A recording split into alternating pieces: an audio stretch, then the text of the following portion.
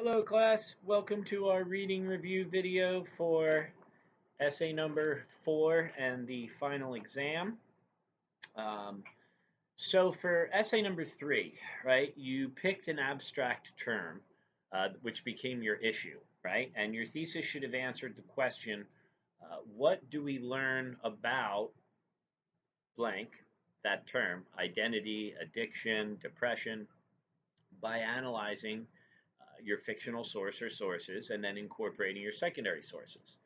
So for essay 4, your issue is now no longer the abstract term, it's the type of criticism that you're going to do in the essay. So if you write about psychology or psychological concepts, that's a psychological criticism. So at no point do you need to say, by doing a psychological criticism, you would just state what aspect of psychology you're going to focus on. So by analyzing Hamlet, those of you that wrote about depression for essay 3, you already did a psychological criticism. If you wrote about identity and you looked at characters' masculinity or femininity or LGBTQIA issues, you did a gender criticism, right? Think about essay 1, The Story of an Hour. If you wrote about Mrs. Mallard as a woman, you already did a gender criticism. If you wrote about what she was thinking, her motives, her development, her actions, well, now you're getting into psychological criticism. Um, again, writing about the idea of love or marriage, that's an aspect of culture.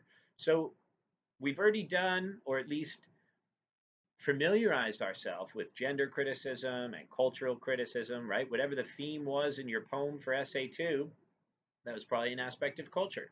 So now the question for essay 4, if you're building off one of your earlier essays, right, now the question is, what do we learn about, right? Think about the word that comes before the type of criticism. What do we learn about psychology by analyzing fiction? What do we learn about culture by analyzing fiction? What do we learn about uh, history by analyzing fiction? Gender. And if you look at how women were treated unfairly, right, that would be a feminist criticism. If you're looking at oppression, if you're looking at LGBTQIA issues, be a queer criticism.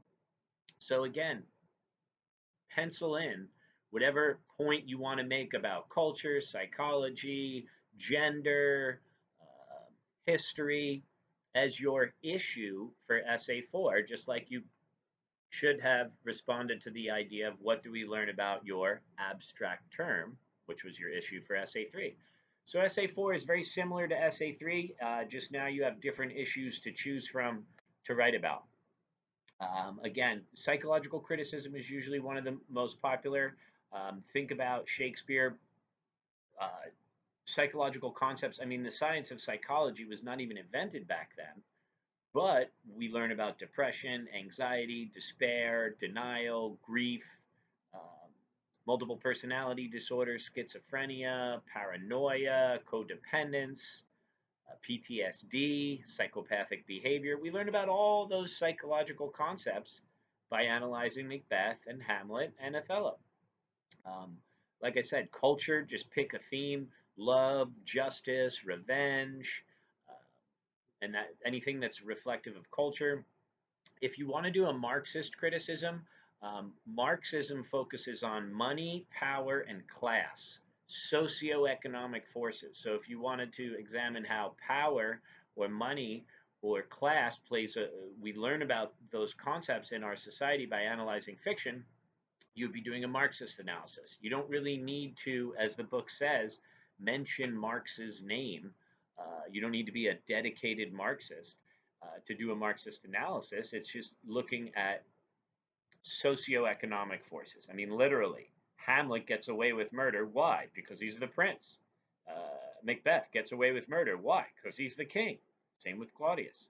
So money, power, and class definitely play a role in those stories. The last thing that you want to do, and again, if you wanted to do a reader response criticism or you want to dabble in structuralism or historical criticism, right? The book's very clear on what it is that you need to focus on. So, whatever type of criticism you're going to make the focal point of essay 4, please reread the paragraphs in this book. The first paragraph tells you what it is, the second paragraph tells you how to do it, and the third paragraph gives you an example of that type of criticism applied to fiction.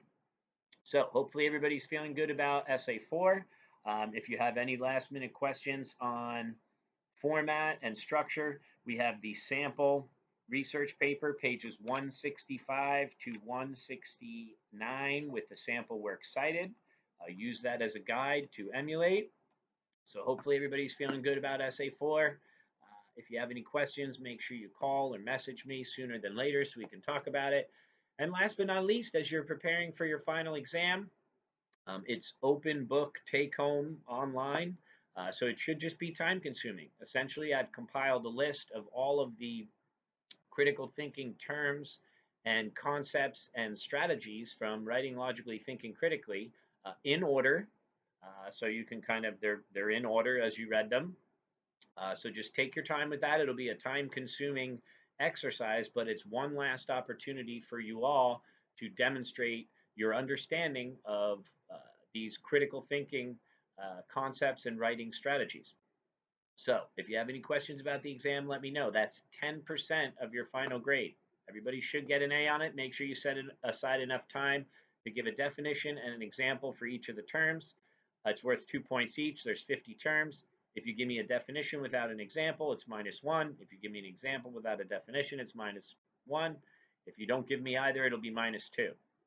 So again, just take your time and work through that. Hopefully everybody is feeling confident as you're moving forward. Remember, 50% of your overall grade is your 4 essays. 40% is your Canvas percentage, right? When you go on Canvas and click on grades, you'll see the discussions, the assignments, and the reading review quizzes make up your Canvas grade, and then 10% is your final exam. So again, please let me know if you have any questions. Thank you for your patience, and write with confidence.